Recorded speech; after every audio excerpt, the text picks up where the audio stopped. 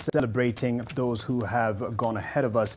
Three-time winner of Jomo Kenyatta Prize for Literature, Henry Rufus Ole Kulet, has been eulogized as a gentle giant whose literary works transformed the lives of many. Kulet died on the 16th of February after a short illness. His writing journey began in 1971 when he published his first book titled Is It Possible?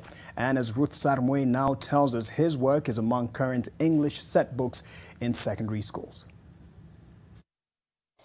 Henry Ole Kulet may have passed on, but his memory is preserved in the 9 books he wrote, in which he dedicated at least 50 years of his life.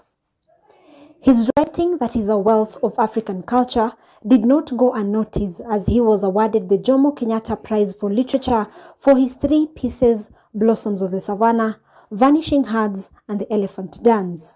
Blossoms of the Savannah went ahead to be selected a mandatory set book in high school, as it talks about the retrogressive FGM culture and early marriages, a practice that is still ongoing. I call him our Achebe, our Kenyan Achebe.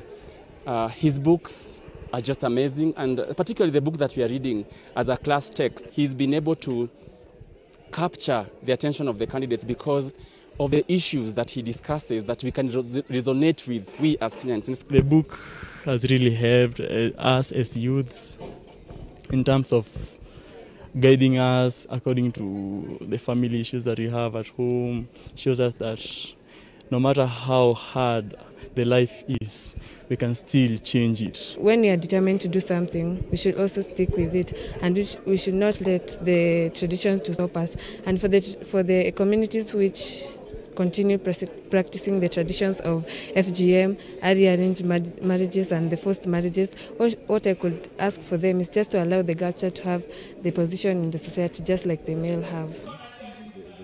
According to his family, Kulet drew inspiration from his culture and was seeking to transform the society from within. What really was inspiring him to write about that, he wanted to give, there's a challenge between people living the Western world in towns and cities and people back in the village. He was trying to bring these two setups together. He was trying to say, let us forget and put away this bad aspect of life, of our culture, embrace the modernity. Kulet was not motivated to write for money, so he published his work with funds drawn from his businesses.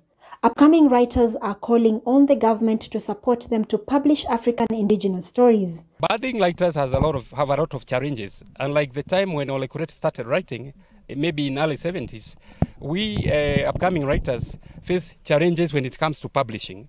Like my book, Goso Menengai Kreta, which so many people have hailed as a masterpiece, is yet to be recognized by local publishers. And yes, Amazon published it in February last year. It's high time local publishers recognize upcoming writers. We should not ignore. You cannot ignore something that you have not read. In November 2020, Kulet was awarded Elder of the Burning Spear by President Uhuru Kenyatta. He leaves behind 2 wives and 15 children who say they will work to preserve and continue his legacy. Ruth Sarmwe, NTV.